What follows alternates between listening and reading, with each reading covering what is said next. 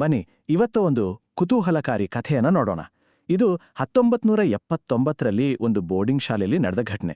ಅಲ್ಲಿ ಓದ್ತಿದ್ದ ಒಬ್ಬ ವಿದ್ಯಾರ್ಥಿಯ ಜೀವನವನ್ನೇ ಶಾಶ್ವತವಾಗಿ ಬದಲಿಸಿದ ಒಂದು ಭಯಾನಕ ರಾತ್ರಿಯ ಕಥೆ ಇದು.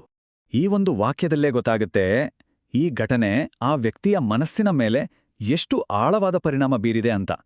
ಇದು ಕೇವಲ ಒಂದು ಕಥೆಯಲ್ಲ, ಬದಲಾಗಿ ಇವತ್ತಿಗೂ ಅವರನ್ನ ಕಾಡುತ್ತಿರುವ ಒಂದು ನೆನಪು. ಹಾಗಾದ್ರೆ ಏನಿದು ಕತೆ? ಬನ್ನಿ ನೋಡೋಣ. ಸರಿ, ನಮ್ಮ ಕಥೆಯ ಮುಖ್ಯ ಪಾತ್ರಧಾರಿ ರೋಹನ್ ಕೇವಲ 14 ವರ್ಷದ ಹುಡುಗ. ಅವನ ಹೊಸ ಶಾಲೆಯ ಪ್ರವೇಶದೊಂದಿಗೆ ಈ ವಿಚಿತ್ರ ಘಟನೆಗಳ ಸರಣಿ ಶುರುವಾಗುತ್ತೆ. ವರ್ಷ 1979 ಜನವರಿ ತಿಂಗಳು. 14 ವರ್ಷದ ರೋಹನ್ ಕುರ್ಸಿಯಾಂಗ್ನಲ್ಲಿರೋ ವಿಕ್ಟೋರಿಯಾ ಬಾಲಕರ ಶಾಲೆಗೆ ಸೇರ್ಕೊಳ್ತಾನೆ. ಪೈನ್ ಮರಗಳ ಮಧ್ಯೆ ಒಂದು ಹಳೆ ಕೋಟೆಯಂತಿದ್ದ ಆ ಶಾಲೆ ನೋಡಿದ ತಕ್ಷಣ ಅವನಿಗೆ ತುಂಬಾ ಇಷ್ಟವಾಗುತ್ತೆ. ಅವನ ಹಾಸ್ಟೆಲ್ ಒಂದು ಹಳೆಯ ಕಟ್ಟಡದಲ್ಲಿತ್ತು. ಅಲ್ಲಿಂದ ಕ್ಲಾಸ್ ರೂಮ್ಗಳಿಗೆ ಹೋಗಲು ಒಂದು ಉದ್ದವಾದ ಕಾರಿಡಾರ್ ದಾಟಬೇಕಿತ್ತು. ಹಗಲೊತ್ತು ಆ ಕಾರಿಡಾರ್ ಚೆನ್ನಾಗಿ ಇರುತ್ತಿತ್ತು, ಆದರೆ ರಾತ್ರಿ ಆಯ್ತು ಅಂದ್ರೆ ಸಾಕು, ಏನೋ ಒಂದು ರೀತಿ ಭಯ ಹುಟ್ಟಿಸ್ತಿತ್ತು. ಅಂದ್ಹಾಗೆ ಈ ಶಾಲೆಗೆ ಒಂದು ದೊಡ್ಡ ಇತಿಹಾಸವೇ ಇದೆ. 1879ರಲ್ಲಿ ಬ್ರಿಟಿಷರು ಸ್ಥಾಪಿಸಿದ ಶಾಲೆ ಇದು. ಅಂದ್ರೆ 100 ವರ್ಷಗಳ ಹಳೆಯದು. ಇಂತಹ ಹಳೆಯ ಜಾಗಗಳಲ್ಲಿ ದಂತಕಥೆಗಳು ಹುಟ್ಟುಕೊಳ್ಳುವುದು ಸಹಜ ಅಲ್ವಾ? ಇಲ್ಲೂ ಒಂದು ಕಥೆ ಇತ್ತು. 1963ರಲ್ಲಿ ವೈಟ್ಮೋರ್ ಎಂಬ ಹೆಡ್ ಮಾಸ್ಟರ್ ಅದೇ ಕಾರಿಡಾರ್ನಲ್ಲಿ ಹೃದಯಾಘಾತದಿಂದ ಸಾವನ್ನಪ್ಪಿದ್ರು. ಈ ವಿಷಯ ರೋಹನ್ನ ಅನುಭವಕ್ಕೆ ಒಂದು ಭಯಾನಕ ಹಿನ್ನೆಲೆಯನ್ನ ಕೊಡುತ್ತೆ. ಎಲ್ಲವೂ ಸಾಮಾನ್ಯವಾಗಿತ್ತು, ಆದರೆ ಒಂದು ಘಟನೆ ಶಾಲೆಯ ವಾತಾವರಣವನ್ನೇ ಬದಲಾಯಿಸ್ಬಿಡುತ್ತೆ. ಅದು ರೋಹನ್ನನ್ನು ಭಯ ಮತ್ತೆ ಕುತೂಹಲದ ಹಾದಿಗೆ ತಳ್ಳುತ್ತೆ. ಅದೇನು ಅಂತ ಈಗ ನೋಡೋಣ.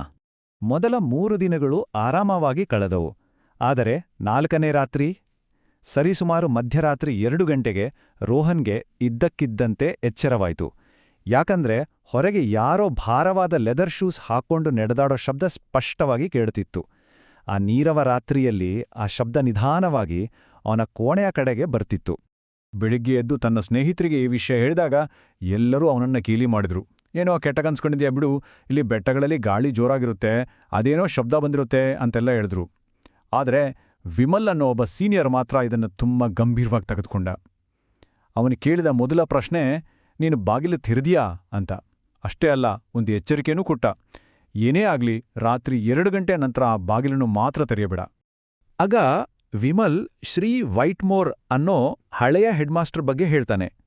ವೈಟ್ಮೋರ್ ತುಂಬಾ ಕಟ್ಟುನಿಟ್ಟಿನ ವ್ಯಕ್ತಿಯಾಗಿದ್ರು. ಮಕ್ಕಳ ಬಗ್ಗೆ ಬಹಳ ಕಾಳಜಿ ಹೊಂದಿದ್ರಂತೆ. ಪ್ರತಿದಿನ ರಾತ್ರಿ ಮಕ್ಕಳೆಲ್ಲ ಸುರಕ್ಷಿತವಾಗಿದ್ದಾರಾ ಅಂತ ನೋಡಲು ಕಾರಿಡಾರ್ನಲ್ಲಿ ಗಸ್ತು ತಿರುಗುತ್ತಿದ್ರು.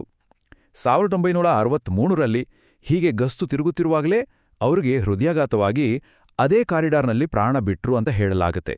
ಹಾಗಾಗಿ ರಾತ್ರಿ ಕೇಳೋ ಆ ಹೆಜ್ಜೆ ಸದ್ದು ಅವರದೇ ಆಗಿರ್ಬೋದು ಅನ್ನೋದು ಅಲ್ಲಿನ ನಂಬಿಕೆ. ಈಗ ರೋಹನ್ ಮನಸ್ಸಲ್ಲಿ ಒಂದೇ ಗೊಂದಲ.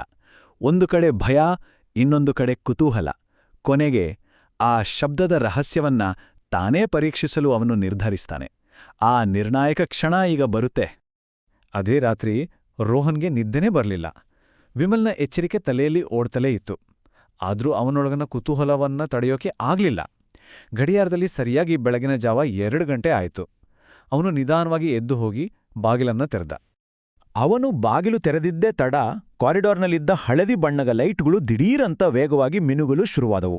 ಆ ಮಿನುಗುವ ಬೆಳಕು ಕತ್ತಲಲ್ಲಿ ಕಾರಿಡಾರ್ನ ಇನ್ನೊಂದು ತುದಿಯಲ್ಲಿ ಒಂದು ನೆರಳಿನ ಆಕೃತಿ ಕಾಣಿಸಿತು.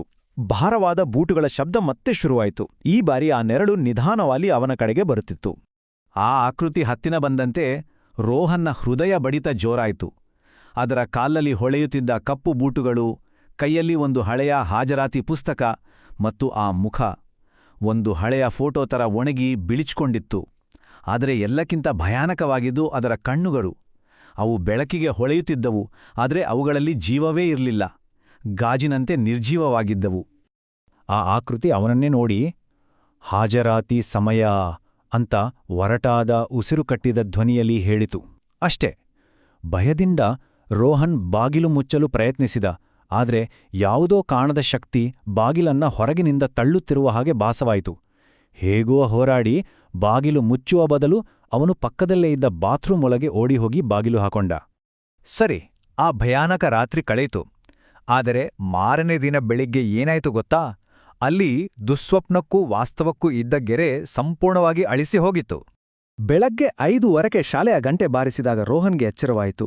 ಅವನು ಬಾತ್ರೂಮ್ನ ತಣ್ಣನೆ ನೆಲದ ಮೇಲೆ ಮಲಗಿದ್ದ. ತನ್ನ ಕೋಣೆಗೆ ವಾಪಸ್ ಬಂದಾಗ ಅವನಿಗೆ ನಿಜವಾದ ಆಘಾತ ಕಾದಿತ್ತು. ಅವನ ಹಾಸಿಗೆಯ ಮೇಲೆ ಒಂದು ಹಳೆಯ ಹಾಜರಾತಿ ಪುಸ್ತಕದ ಹರಿದ ಪುಟ ಬಿದ್ದಿತ್ತು. ಅದರ ಮೇಲೆ ನೀಲಿ ಶಾಯಿಯಲ್ಲಿ ರೋಹನ್ ಗೈರು ಹಾಜರು ಅಂತ ಬರೆದಿತ್ತು. ಆಶ್ಚರ್ಯ ಅಂದ್ರೆ ಆ ಶಾಯಿ ಇನ್ನೂ ಒಣಗಿರಲಿಲ್ಲ, ಹಸಿಯಾಗಿತ್ತು. ಅಷ್ಟೇ ಅಲ್ಲ, ನೆಲದ ಮೇಲೆ ಅವನ ಕೋಣೆಯಿಂದ ಕಾರಿಡಾರಿನತ್ತ ಹೋಗುವ ಒದ್ದೆ ಬೂಟುಗಳ ಹೆಜ್ಜೆ ಗುರುತುಗಳು ಸ್ಪಷ್ಟವಾಗಿ ಕಾಣ್ತಿದ್ದು.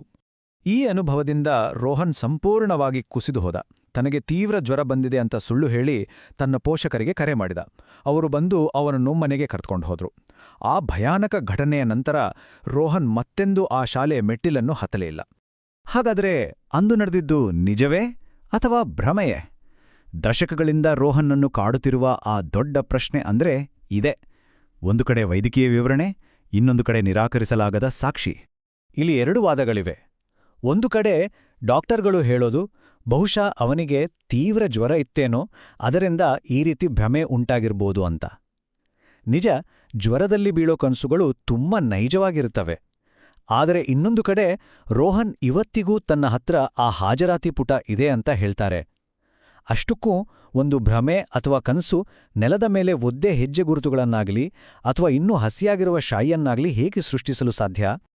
ಹಾಗಾಗಿ ಕೊನೆಗೆ ಉಳಿಯೋದು ಇದೊಂದೇ ಪ್ರಶ್ನೆ.